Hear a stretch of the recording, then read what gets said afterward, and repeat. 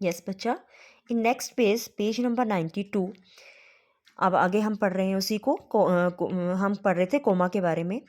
Between nouns and pronoun referring to the same person और thing. अगर हम coma को कब यूज़ करते हैं?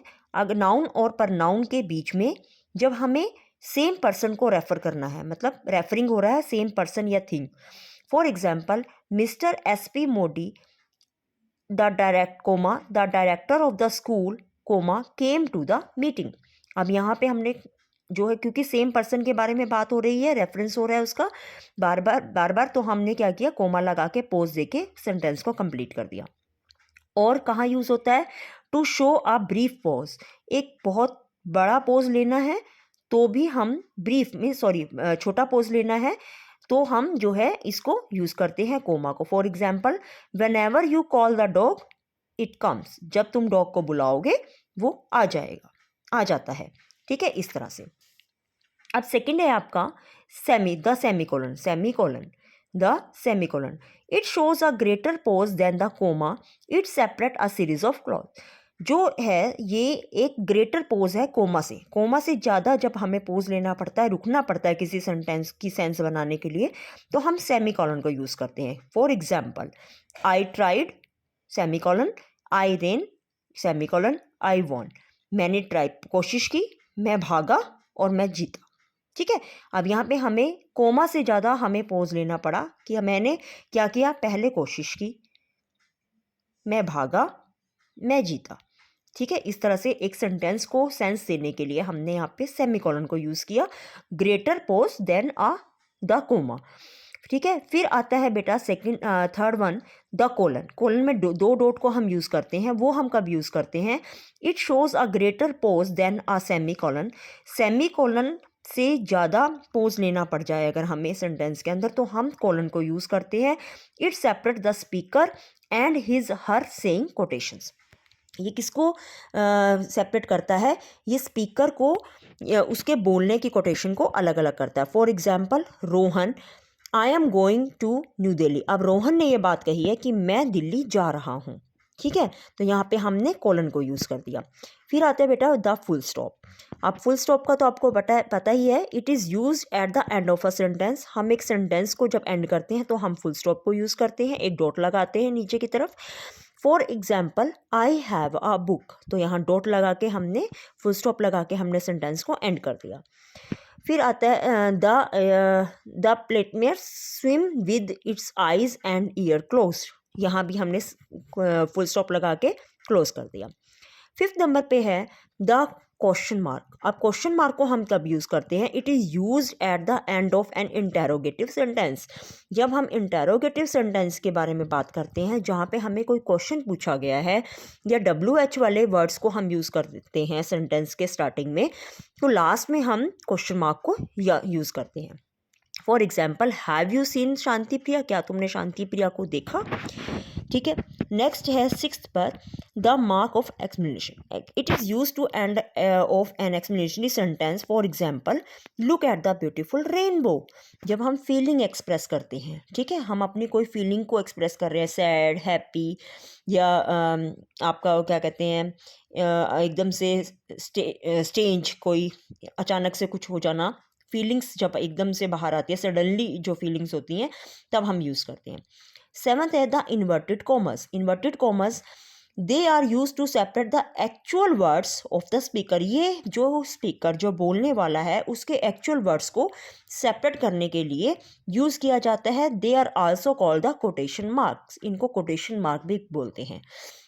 For example, Shanti Priya said, Shanti Priya ने कहा, इन्वर्टेड कॉमर्स स्टार्ट, कोमा लगा दिया, पोज दे दिया, फिर इन्वर्टेड कॉमर्स लगाया, I have done my work, inverted commas close, last में फुल स्टॉप। अब यहाँ पर हमने कोमा को यूज़ किया, इन्वर्टेड कॉमर्स के अंदर उसकी कोटेशन जो उसने बोला, उसको एक्चुअल वर्ड्स जो उसने एक्चुअल में बोले हैं वो वर्ड यूज़ किए। अब शांति प्रिया ने कहा कि उसने अपना काम कर लिया है। ठीक है, ये उसके एक्चुअल वर्ड्स हो गए। अब नेक्स्ट बेटे आपका टॉपिक आता है कैपिटल लेटर्स। ये तो बहुत ही इजी है, आपको थोड़ा सा इसके बारे में पहले से नॉलेज भी है।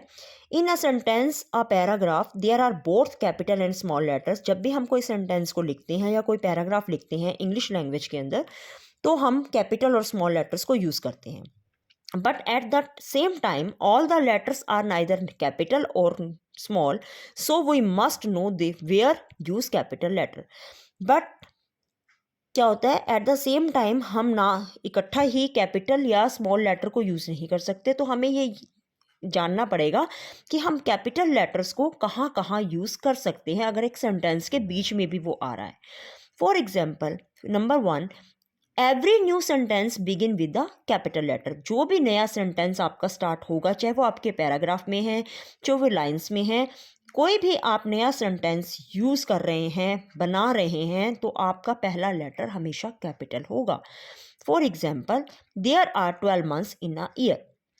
सेकेंड है ऑल प्रॉपर नाउन्स। जितनी भी प्रॉपर नाउन्स है, स्पेशल नेम हो गया, begin with the capital letter. जितने भी प्रॉपर नाउन आते हैं आपके, वो कैपिटल लेटर से बिगिन होंगे, चाहे वो सेंटेंस के बीच में भी आ रहा है। फॉर एग्जाम्पल, शांति प्रिया। शांति प्रिया में नाउन को यूज़ किया गया है, किसी का नेम है। हम अपना नेम या किसी का भी नेम जब भी कहीं लिखते हैं तो हम उसका पहला लेटर हमेशा कैपिटल ही डालते हैं।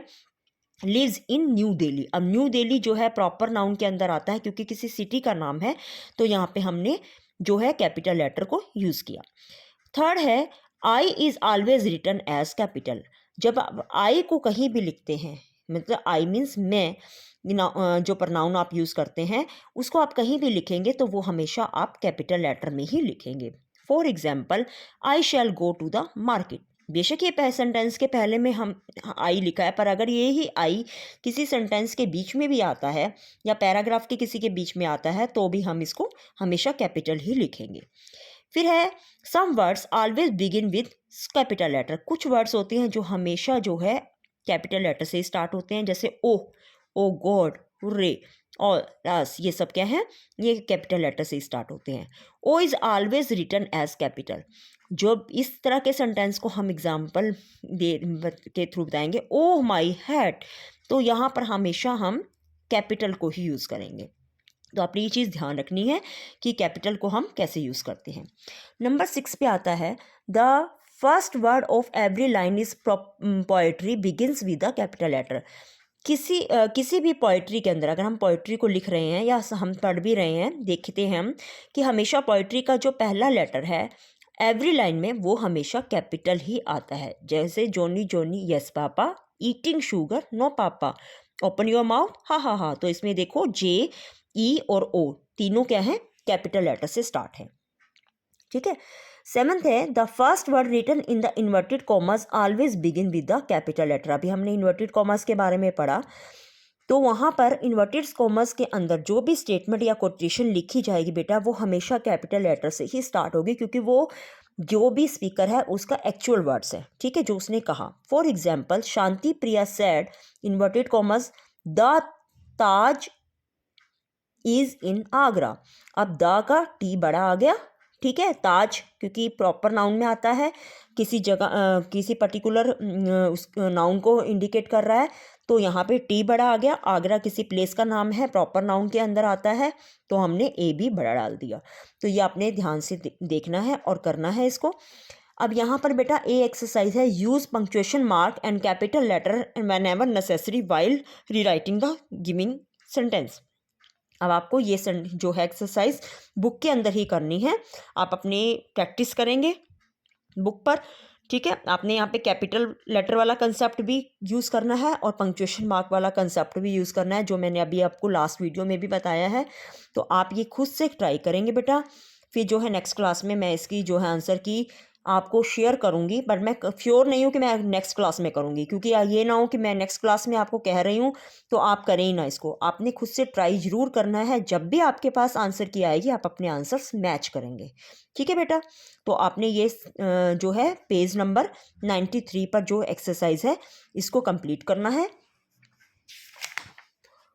ठीक है बेटा, इसके बाद ये नेक्स्ट भी है B exercise, punctuate the giving sentence. Punctuation लगानी है, make use of capital letter whenever necessary. जहाँ भी आपको नेसेसरी लग रहा है वहाँ पर आपको कैपिटल लेटर यूज़ करना है। तो ये दोनों एक्सरसाइज ए और बी आप खुद से करेंगे। जब भी मैं आपको जो है आंसर की शेयर करूँगी तो आप अपने आंसर मैच करेंगे। ठीक है बेटा, अब आपने ये चैप्टर जो है बड़े ध्यान से सुनना है वीडियो के थ्रू और इसको समझना है, इसको रीड भी करेंगे आप। और इसको समझेंगे। अगर किसी को डाउट है तो वो मुझसे पूछ सकता है। Thank you. Have a nice day बेटा।